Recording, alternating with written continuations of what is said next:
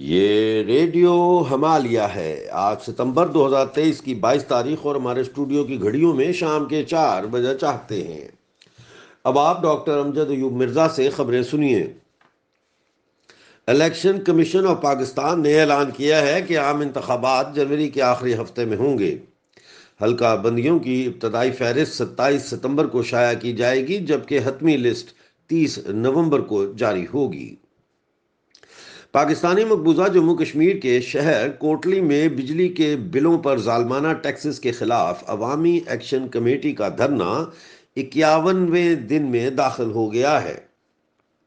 لوگوں نے بجلی کے بل جمع نہ کرانے کا عزم کر رکھا ہے۔ دھرنے میں سیاسی اور سماجی رہنماؤں کی کثیر تعداد شرکت کر رہی ہے اور اب یہ دھرنا کوٹلی شہر میں عوامی توجہ کا مرکز بن گیا ہے۔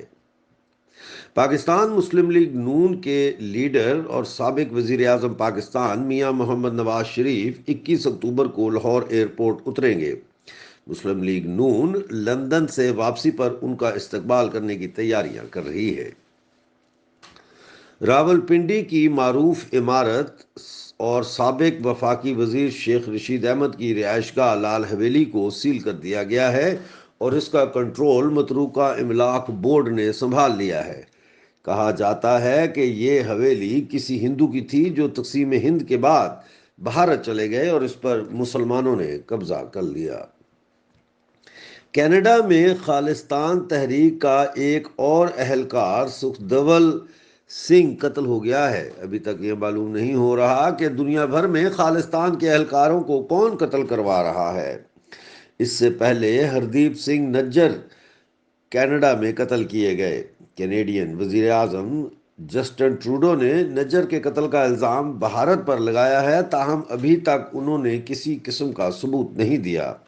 جسٹن ٹروڈو کے الزام پر امریکہ نے اسے غیر ذمہ دارانہ لیکن سنگین نوعیت کا الزام قرار دیا ہے اور کہا ہے کہ اگر ثبوت نہ ہو تو ایسے بیانات دینے سے گریز کرنا چاہیے۔ ادھر برٹش پرائم منسٹر رشی سناک نے کہا ہے کہ خالصتان کے نام پر UK میں دہشت گردوں کو پناہ نہیں لینے دی جائے گی۔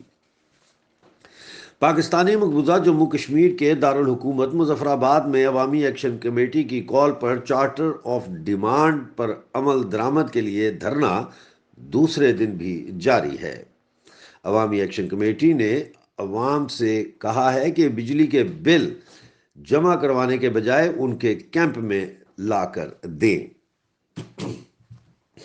پاکستانی مقبوضہ گلگت بلتستان میں غزر سے گلگت جانے والی گاڑی سیفٹی وال نہ ہونے کی وجہ سے گہری کھائی میں جا گری، جس میں 2 افراد ہلاک جبکہ 2 زخمی ہو گئے ہیں۔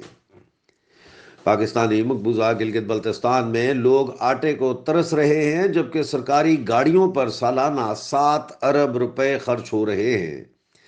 4500 سی سی 2800 سی سی کی کل 4165 گاڑیاں ہیں۔ ترقی کی رفتار 0 ہو چکی ہے۔ پاکستان پیپلز پارٹی گلگت بلتستان کے صدر امجد حسین ایڈوکیٹ نے انکشاف کیا ہے کہ ترقیاتی بجٹ 15 ارب روپے ہے جبکہ غیر ترقیاتی اخراجات 70 ارب تک پہنچ چکے ہیں۔ پاکستانی قبضے والے گلگت بلتستان میں ناردرن ایریا ٹرانسپورٹ کارپوریشن نیٹکو کی ہڑتال جاری ہے، جس کے بعد گیہوں کی سپلائی بند ہو جانے سے آٹے کا بحران شدت اختیار کر گیا ہے۔ گیہوں سے لدے ٹرک جگہ جگہ راستے میں کھڑے ہیں لیکن نیٹکو کے ڈرائیور ہڑتال پر ہیں۔ احتجاج 9ویں دن میں داخل ہو چکا ہے۔ ملازمین نے مطالبات پورے نہ ہونے کی صورت میں بھوک ہڑتال شروع کرنے کی دھمکی دے دی ہے۔ بھارت میں نئی پارلیمنٹ کی عمارت کے پہلے اجلاس میں خواتین ریزرویشن بل پاس کیا گیا، جسے اب سینٹ سے بھی پاس کروا لیا گیا ہے، یعنی راجیہ سبھا سے بھی پاس کروا لیا گیا ہے۔ اس بل کے تحت پارلیمنٹ میں 33% نشستیں خواتین کے لیے مختص کی جائیں گی۔